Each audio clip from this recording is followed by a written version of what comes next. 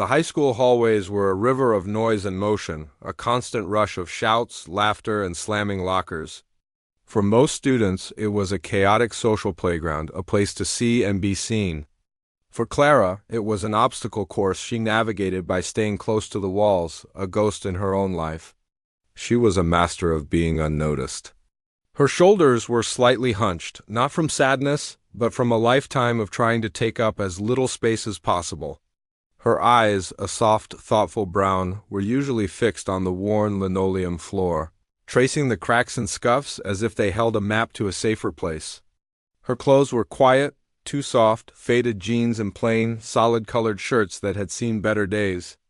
They were clean, but they whispered of hand-me-downs and careful budgets. A stark contrast to the bright, branded logos that flashed past her in a blur of youthful confidence. In her classes, she was a similar phantom. Teachers would call her name during roll call, and a small "here" would emerge from the back corner, so quiet they'd sometimes have to call again. She did her work, always turning in neat, if unremarkable, assignments. Her grades were a steady stream of B's and A's, perfectly average, perfectly forgettable. To her teachers, she was just a face in the crowd, a shy girl who probably didn't have much going on upstairs. They saw a student who lacked ambition, not one who was simply hiding a universe so vast it couldn't be contained in a classroom. They never saw the way her eyes would light up, just for a second, when a history lesson touched on the Renaissance, a time of explosive art and music. They never noticed the small, almost invisible smile that would play on her lips when, during a quiet moment in class, she would isolate a specific sound, the hum of the fluorescent lights, the rhythmic ticking of the clock, and weave it into a silent melody in her head. Her secret world was one she carried with her, tucked away in an old, worn pair of headphones that were more precious to her than any jewel. Lunchtime was her escape. While others gathered in loud, gossiping clusters in the cafeteria, Clara would find a quiet spot on the grassy hill behind the gymnasium, far from the crowds. She would unwrap her simple sandwich, lean against the warm brick of the building, and press the headphones to her ears. The moment the music started, the world would fall away. The noisy chatter of the school, the worries about homework, the feeling of being invisible, it all dissolved into a sea of soaring strings and deep, resonant notes. It was the sound of a cello, mostly. A rich, soulful voice that seemed to understand the words she could never say. The music wasn't just a hobby. It was a lifeline. It was the warm coat she wore in a cold world, the friend who listened without judgment, the dream that kept her heart beating a little faster. This secret passion had a physical manifestation, a ritual she performed without even thinking. During class, when her mind should have been on algebra or chemistry, her fingers would often be busy under her desk. They would dance and press on her thigh, mimicking the precise, complex movements of a cellist's left hand. She was fingering the notes, feeling the imaginary strings beneath her fingertips, her muscle memory teaching her what she had never been formally taught. She had watched countless videos, studied the way the masters held their bows, the way their bodies swayed with the emotion of the music. She had taught herself music theory from library books, her mind absorbing the language of notes and scales like a sponge. But she had never actually held a real cello. The dream was too big, too expensive, too far out of reach for a girl whose family counted every dollar. The closest she could get was this silent, secret dance of her fingers, a desperate prayer for a future she barely dared to imagine. One Tuesday, a new piece of paper appeared on the crowded bulletin board near the main office, a splash of bright blue in a sea of faded flyers. It was an announcement for the regional youth orchestra auditions. The words were printed in bold, exciting letters: "Find your voice, share your talent." For most students, it was just another piece of school news. But for Clara, it was a lightning strike. She saw it from a distance as she walked toward her next class, and her feet stopped moving. The river of students flowed around her, but she was frozen in place, her heart hammering against her ribs. A wild, terrifying thought began to bloom in her mind. Asterisk, what if? Asterisk, the idea was absurd. The teachers would laugh. She could already hear their voices in her head, the same ones that dismissed her as a quiet, average student. "Clara, you want to audition for the orchestra? But you don't even play an instrument, do you?" The humiliation would be unbearable. She had no instrument, no formal training, no confidence. She was just a girl who loved music in the privacy of her own head. Who was she kidding? She tried to walk away, to force her legs to move, but the sign seemed to pull at her, a magnetic force she couldn't resist, for the rest of the day. The blue paper was all she could think about. It was a constant, nagging presence, a challenge hanging in the air. In her last class, she barely heard a word the teacher said. Her internal world was at war. One voice, the voice of doubt and fear, told her to be smart, to stay safe in her invisible corner. But another voice, a voice that sounded suspiciously like the deep, comforting tones of a cello, whispered something different. It whispered of courage, of the possibility that maybe, just maybe, she was more than what everyone saw. It whispered that the regret of not trying would be far heavier than the embarrassment of failing. When the final bell rang, signaling the end of the day, Clara didn't rush out with everyone else. She waited until the hallways were nearly empty, her heart pounding with a mixture of dread and determination. She walked slowly toward the bulletin board, each step feeling heavier than the last. The blue paper was there, waiting. A few names were already scribbled on the sign-up sheet below the announcement names she recognized, names of popular, talented students who had been taking lessons for years. Seeing them made her stomach clench. She almost turned back. But then she thought of the music, of the way it made her feel alive and seen, even when no one was watching. She thought of the silent dance of her fingers under the desk, 1,000 hours of secret practice. Taking a shaky breath, she pulled a cheap pen from her backpack. Her hand trembled as she brought it to the paper. With a scrawl that was barely legible, she wrote her name at the very bottom of the list. It was a small, simple act, but for Clara, it felt like jumping off a cliff. She didn't know if she would fly or fall, but for the first time in her life, she had decided to find out. The audition list, a single sheet of crisp white paper, felt like a verdict in Mr. Davies's hand. As the conductor of the Northwood Philharmonic, he saw these lists not as opportunities, but as a necessary chore. He had to sift through the hopeful, the delusional, and the genuinely talented to find the few who were worthy of his time and the orchestra's reputation. He sat in his small, cluttered office, the air thick with the smell of old sheet music and rosin, reviewing the names with Mrs. Gable, the school's sharp-witted piano instructor.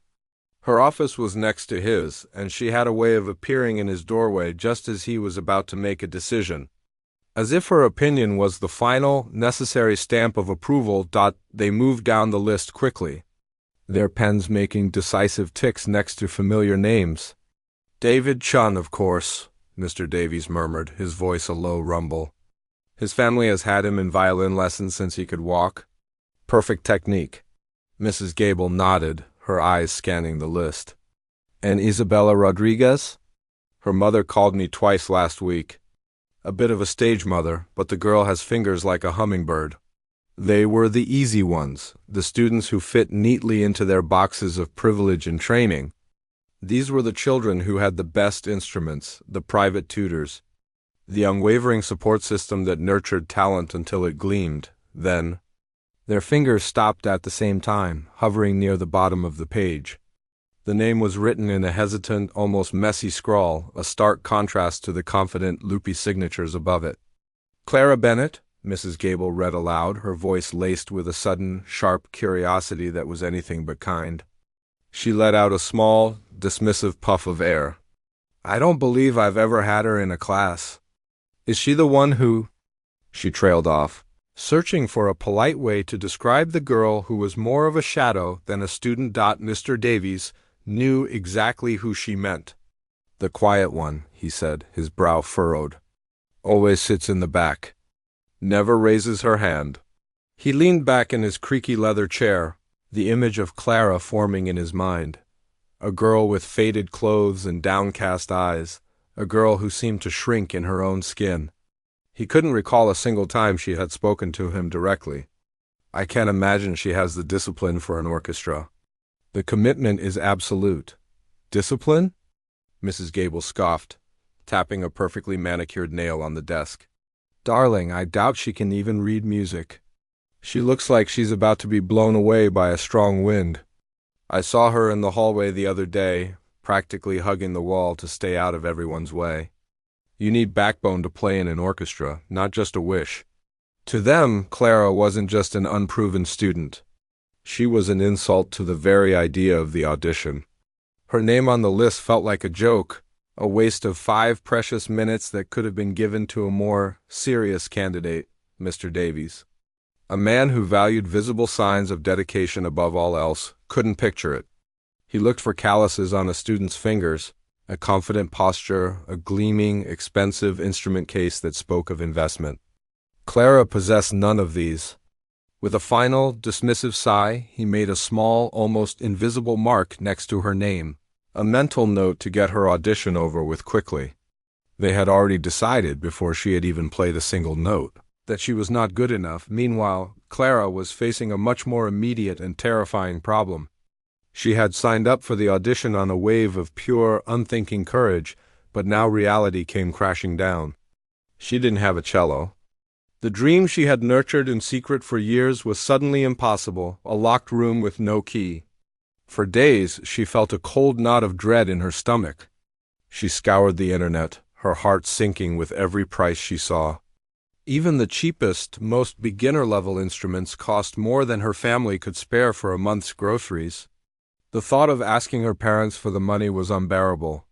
She knew how hard they worked just to keep the lights on. Her hope was fading when she remembered a dusty, forgotten part of town, a street lined with pawn shops and second-hand stores. It was a place people went when they were desperate, a place that felt a lot like how she felt inside. With a handful of crumpled bills saved from months of skipping school lunches, she walked into the largest shop, a tiny bell tinkling above the door. The air inside was stale and smelled of old metal and disappointment. And there, in the corner, leaning against a stack of old amplifiers, was it. It wasn't beautiful. It was a cello, but it looked tired and sad. The varnish was cracked and peeling in places, and it had a dark, ugly watermark stain on its back. The case it sat in was a tattered, black canvas thing, held together with duct tape and a prayer. The shop owner, a gruff man with a weary face, saw her looking.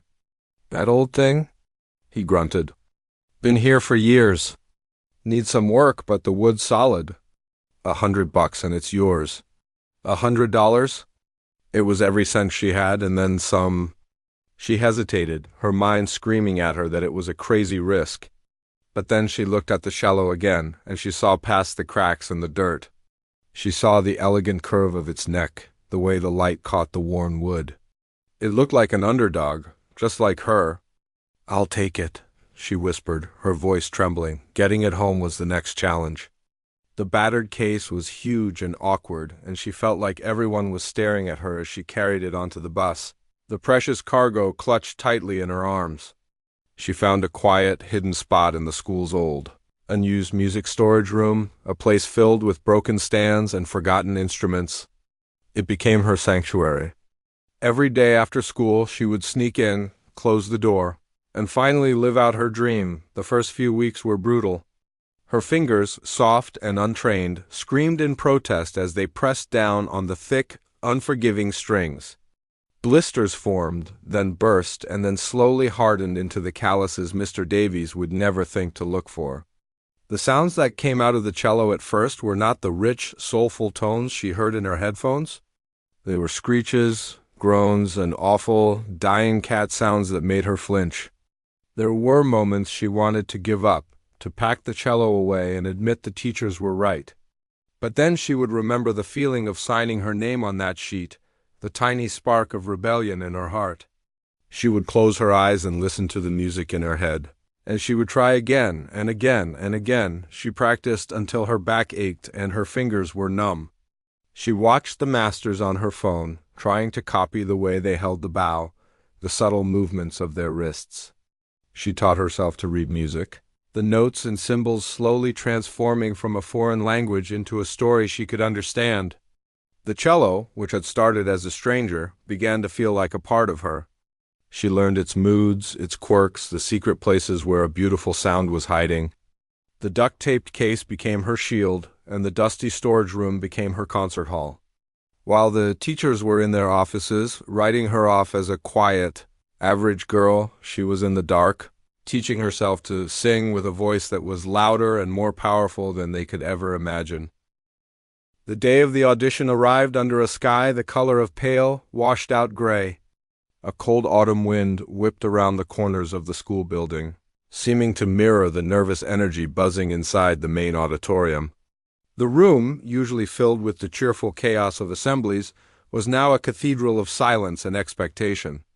The velvet curtains on stage were drawn, the lights were dimmed, and two single, bright spotlights illuminated a lonely wooden chair and a music stand in the center of the vast, empty stage. It felt less like a school auditorium and more like a courtroom, and for the 20 students waiting in the wings, it was.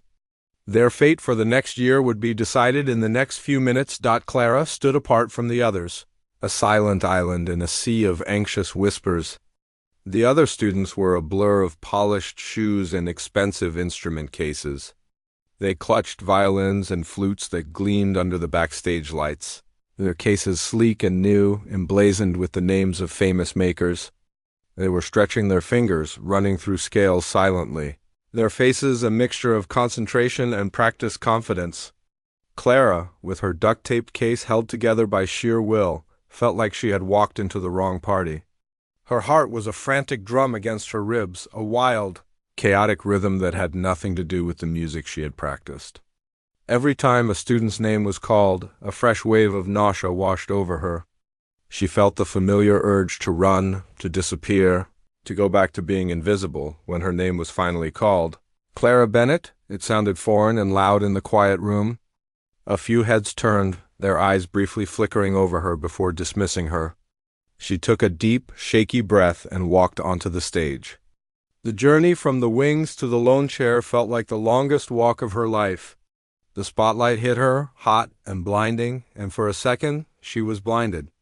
She could feel the weight of the judges' stares from the front row.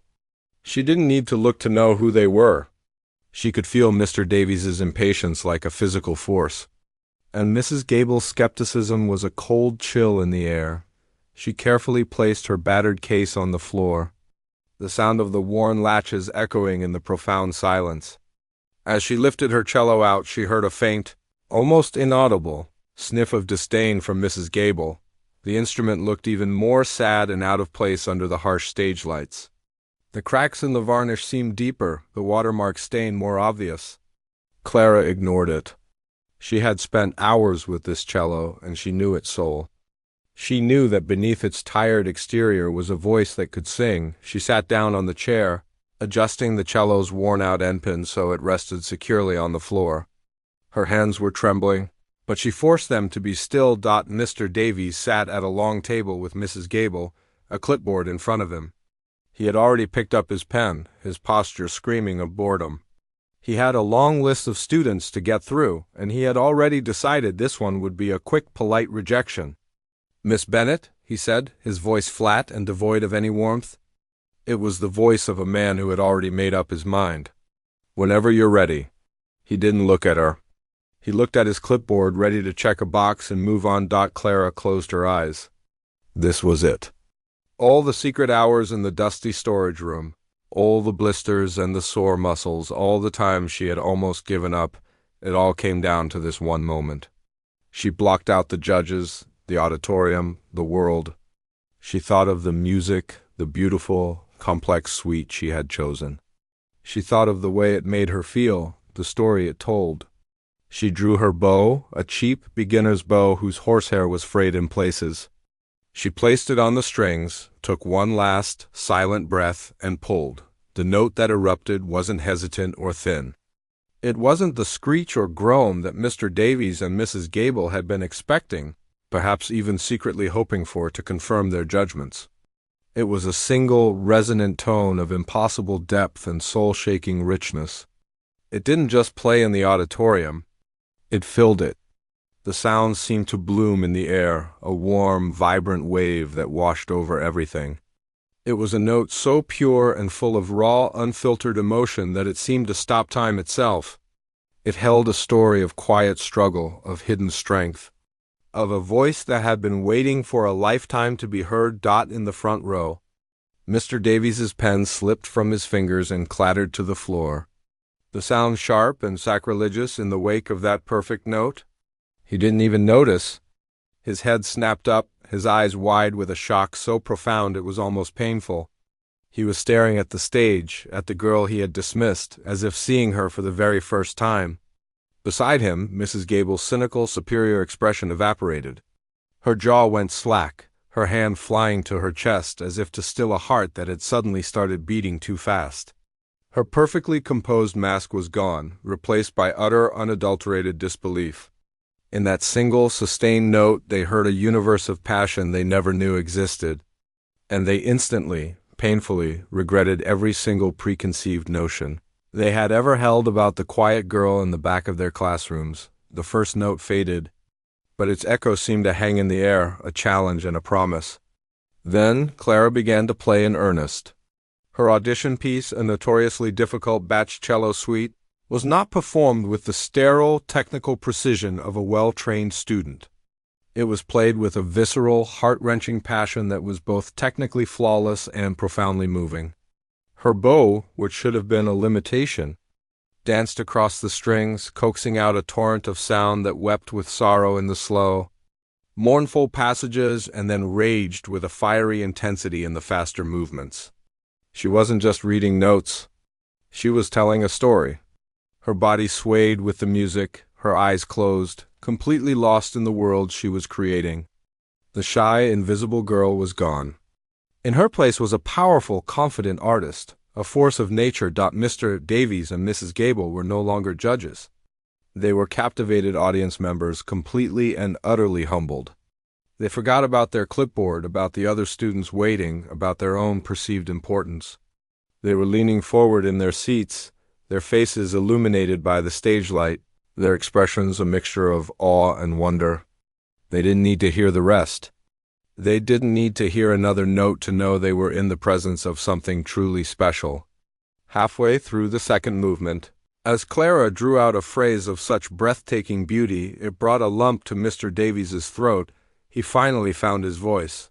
He held up a hand, his voice thick with an emotion he rarely, if ever, showed. "That's enough, Clara," he said, his voice barely a whisper. "That's more than enough." The music stopped. Clara opened her eyes, the spell broken. She looked at them, her breath coming in ragged gasps, her face flushed with exertion. After a stunned, heavy silence, it was Mrs. Gable who found her voice, stammering, the sharp edges completely gone from her tone. Where did you learn to play like that?" The silence that followed Mrs. Gable's question was heavier than any sound that had come before. It was a thick, suffocating blanket in the auditorium, pressing down on everything. Clara stood on the stage, her chest heaving, her body still humming with the vibration of the music. The bright spotlight felt hot on her skin, and for a moment she felt dizzy, as if she had just woken up from a very long, very vivid dream. She looked down at the cello, her fingers still resting on the strings, and then back at the two figures in the front row. Their faces were pale, their expressions stripped of all the judgment and cynicism she had grown so used to seeing. They looked like people who had just seen a ghost. She took a deep, shaky breath, the air catching in her throat. I taught myself," she said, her voice quiet but clear, no longer a whisper but a statement of fact. "From videos. And books from the library." She paused, her eyes finding the worn, duct-taped case on the floor beside her. "I found this one in a pawn shop. It was all I could afford." There was no shame in her voice, no plea for sympathy. She was just telling her story, a story she had never told anyone out loud. "There's an old storage room at school, the one no one uses anymore. I would practice there after everyone went home. For hours." She looked from Mr. Davies to Mrs. Gable, her gaze steady. "The cello was my best friend. It was the only thing that understood what I wanted to say." The words hung in the air, each one a small hammer blow against the carefully constructed world of the two judges. Mr. Davies felt a strange, painful tightening in his chest. He, a man who had dedicated his life to the formal, structured world of classical music, was staring at a miracle. A raw, untamed, self-taught miracle. He thought of the thousands of dollars parents spent on lessons for their children, the years of tedious scales and exercises, the pressure and the expectations. And here was this girl, this invisible girl, who had found a way to bypass all of that. She hadn't learned to play the cello. She had learned to speak through it. She had poured all of her loneliness, all of her unspoken dreams, all of her hidden strength into the old, cracked wood, and it had sung back to her. He looked at her hands, the hands he had never really noticed before. He could see the calluses now, not the neat, uniform calluses of a privileged student, but tough, uneven patches of hardened skin, a roadmap of her secret solitary struggle. A wave of regret so profound it made him feel sick washed over him. He had seen her every day for years, and he had seen nothing. Mrs. Gable was utterly speechless. Her entire life, she had built her identity on being a keen judge of character and talent. She could spot a fake a mile away. She prided herself on it. She could tell within the first 5 minutes of a lesson which students had potential, and which ones were just wasting their time. And she had been so wrong about Clara, the girl she had dismissed as a weak, timid non-entity had a strength and a passion that dwarfed everyone else. She had looked at Clara's faded clothes and her quiet demeanor and had seen a lack of ambition. She hadn't seen that the ambition was just hidden, burning so brightly it had to be kept a secret. For the first time in a long time, Mrs. Gable felt truly small. All her sharp comments, her cynical observations, her air of superiority, it had all just been vaporized by a few minutes of music. Slowly, Mr. Davies pushed his chair back and stood up. The movement was deliberate, almost clumsy, as if his body didn't quite belong to him. He walked away from the table, leaving his clipboard and his pen behind, and walked slowly toward the stage.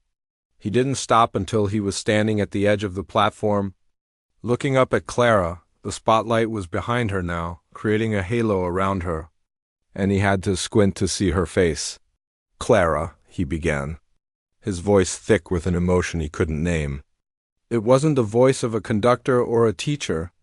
It was the voice of a man who had been humbled. "We were wrong. I was wrong." The words were simple, but they carried the weight of his entire career, of all the students he had misjudged, of all the potential he had overlooked. What we just heard, it was one of the most moving things I have ever experienced in this auditorium. And I have been in this auditorium for 30 years. He took another step closer. "You have a gift, a rare and beautiful gift, and it is a crime that it has been hidden away for so long." He looked at the old cello, then back at her. "That ends now. You are not just in the regional orchestra. I want you to be the principal cellist for the Northwood Philharmonic. It's your chair." Clara stared at him, her mind struggling to process his words. Principal cellist? That was the best seat, the one everyone wanted. It belonged to David Chun, the boy who had had lessons since he could walk. I can't," she stammered, the old fear creeping back in. "I don't have the right music. I don't even have a real instrument." "You will," Mr. Davies said, his voice firm with a new resolve. He was no longer just a teacher. He was a man on a mission. He was going to make this right. "I have a friend who owns a music shop in the city. I will call him tonight. He will find you an instrument, a real one that is worthy of your talent. The school will cover the cost. And we will find you a tutor, the best we can get. Someone who can help you with the technical things, but who will also know enough to get out of your way and let you play." Tears finally welled up in Clara's eyes, but they weren't tears of sadness or fear. They were tears of pure, overwhelming relief. It was like a dam that had been holding back a river of emotion for her entire life had finally broken. All the years of feeling invisible, of believing she wasn't good enough, of carrying her secret dream alone, it all came flooding out. She didn't try to hide them. She just nodded, unable to speak. A single tear tracing a path down her cheek, she carefully packed up her cello, her hands still trembling slightly. As she clicked the latches on the battered case, it no longer looked sad and broken. It looked like a veteran, a trusted companion that had carried her through a war and won. She slung the strap over her shoulder and walked off the stage. As she passed Mr. Davies, he didn't say anything, but he gave her a small, respectful nod. It was a nod of equals. When she walked out into the hallway, the few students who were still waiting fell silent. They looked at her, their expressions a mixture of curiosity and confusion. They didn't know what had happened in that room, but they could feel that something had changed. The air around Clara was different. She walked with her head held high, not in arrogance, but in a quiet, newfound confidence. The ghost was gone. In her place was a girl who had found her voice, and the world was finally starting to listen. Back in the empty auditorium, Mr. Davies and Mrs. Gable sat in silence for a long time. Finally, Mrs. Gable spoke, her voice soft and stripped of its usual sharp edge. "I have never been more wrong about anyone in my entire life." Mr. Davies just nodded, his eyes still fixed on the empty stage.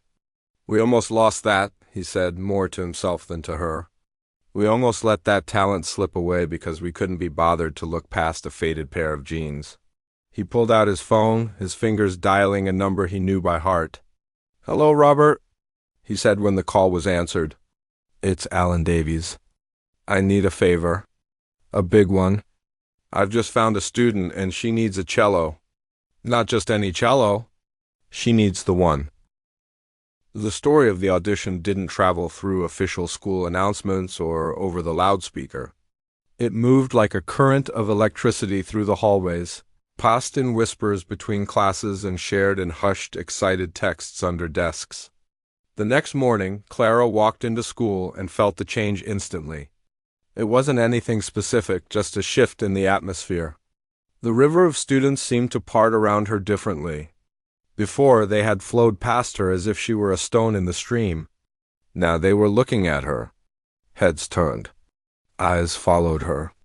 People who had never once acknowledged her existence were now whispering her name. Clara Bennett, as if it were the answer to a riddle they had all been trying to solve. She was no longer a ghost. She had become a legend overnight. The quiet girl with the beat-up cello had walked into the audition room and made the stern Mr. Davies and the sharp Mrs. Gable look like fools. It was the most exciting thing that had happened at Northwood High in years. True to his word, Mr. Davies was a man possessed. The moment he got home that evening, he was on the phone with his friend Robert, the owner of the most prestigious instrument shop in the city. "Robert, it's Alan," he had said, his voice urgent. "I need you to listen to me very carefully. I've found a student. She's a once-in-a-generation talent, but she has nothing." He went on to explain the situation, the pawnshop cello, the self-teaching, the raw, breathtaking performance. There was a long silence on the other end of the line, followed by Robert's skeptical grumbling. But Alan Davies was persistent. He didn't just ask for a discount. He demanded the best. "She needs an instrument that will sing for her, Robert, not fight against her. Money is no object. The school will cover it, and I'll cover the rest. Just find it." 2 days later, a large, imposing case was delivered to the school's music office. It was a deep, rich mahogany with gleaming brass latches and the name of a famous French maker stamped in gold leaf on the side. It looked less like a case and more like a treasure chest. Mr. Davies called Clara into his office, a room that had always felt intimidating to her. But this time, he didn't sit behind his desk. He stood beside the magnificent case, his eyes shining with an excitement she had never seen in him before. "Clara," he said, his voice gentle, "I believe this belongs to you." With trembling hands, she opened the latches. Inside, nestled on a bed of deep blue velvet, was a cello so beautiful it took her breath away. The wood was a warm, honey gold, glowing with a life of its own. The scroll was carved with an intricate detail that spoke of a master's hand. It smelled of old wood, resin, and possibility. Hesitantly, almost reverently, she lifted it from its case. It felt lighter than her old one, perfectly balanced. When she sat down and drew the bow across the strings, the sound that came out was not just loud. It was immense. It was the same rich, soulful voice she had coaxed from her old pawnshop friend, but now it was amplified, given room to soar and resonate in a way she had only ever dreamed of. It was the sound of her future. The school also found her a tutor, an elderly woman named Mrs. Petrova, who had once been the principal cellist for a major symphony. She was a stern Russian woman with a sharp eye and little patience for nonsense. Clara was terrified of their first lesson, but when she played for Mrs. Petrova, the old woman didn't criticize her technique or her unorthodox style. She just listened, her eyes closed, a faint smile playing on her lips. "You have the fire," she said, her voice thick with an accent. "The technique we can teach. The fire, that is God's gift. We will not put it out. We will only give it more air." Their lessons were not about drills and scales. They were about nuance, about finding the hidden colors within the music. Mrs. Petrova treated her not like a student, but like a colleague, a fellow artist. For the first time, Clara was in a world where her passion was not just accepted. It was understood and celebrated. In the weeks that followed, Clara's life transformed in ways she couldn't have imagined. She was given the key to the old storage room, but now it felt different. It was no longer a hiding place. It was her sanctuary. She would spend hours there with her new cello, exploring its voice, pushing its limits. The other students in the orchestra, who had initially been skeptical or even resentful of this unknown girl suddenly given the top chair, quickly changed their minds. They heard her play, and they understood. They saw her dedication, her quiet focus, and they respected it. They started coming to her for advice, not on technique, but on the feeling of the music. "How do you make it sound so sad?" one violinist would ask. Clara would just smile and say, "You have to think of a sad story, and then tell it with your fingers." She was still a quiet person, but her silence was no longer born of fear. It was a calm, confident stillness, the quiet of a person who is completely comfortable in their own skin. The night of the winter concert, the auditorium was packed. The air buzzed with the excited chatter of parents and friends, the rustle of programs, and the occasional burst of laughter from the stage as the orchestra tuned their instruments. Backstage, in the organized chaos, Clara was a portrait of calm. She wasn't nervous. The frantic, terrified energy she had felt during the audition was gone, replaced by a serene sense of purpose. She held her new cello, not like a shield, but like an old friend. She could hear the swell of the crowd, but it didn't scare her. It felt like an ocean, and she was about to dive in. When it was time, the orchestra walked onto the stage to a wave of applause. Clara followed, walking not in the back, but at the head of her section. She didn't hug the walls. She walked down the center of the aisle, her step sure and steady. The spotlight found her, but it didn't blind her. It felt warm, like a welcome embrace. She sat in the principal's chair, the one she had only ever dreamed of, and settled her cello into position. She looked out at the sea of faces, then her eyes found Mr. Davies on the podium. He looked at her not as a teacher looking at a student, but as a conductor looking at his heart and soul. He gave her a small, almost imperceptible nod, a nod of profound respect and pride. She nodded back. He raised his baton, and the hall fell silent. He brought it down, and the music began. It was a piece by Dvorak, full of lush, sweeping melodies and powerful, emotional crescendos. The orchestra played beautifully, but all eyes were on the cello section, on the girl in the front. When her solo came, a moment of quiet, haunting beauty in the middle of the storm, the entire auditorium seemed to hold its breath.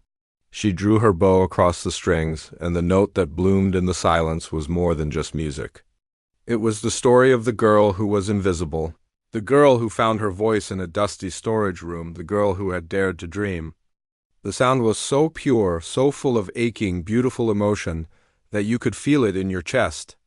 It was a powerful, beautiful declaration, a secret no longer kept, but shared with everyone who was listening. In the front row, Mrs. Gable, who had come to see what all the fuss was about, dabbed at her eyes with a handkerchief completely undone. And on the podium, Mr. Davies conducted with a smile on his face, knowing that he had been a part of something magical. The music swelled, carrying them all away, and in the heart of the sound was Clara, No longer a ghost, but a brilliant, shining light, finally and truly seen.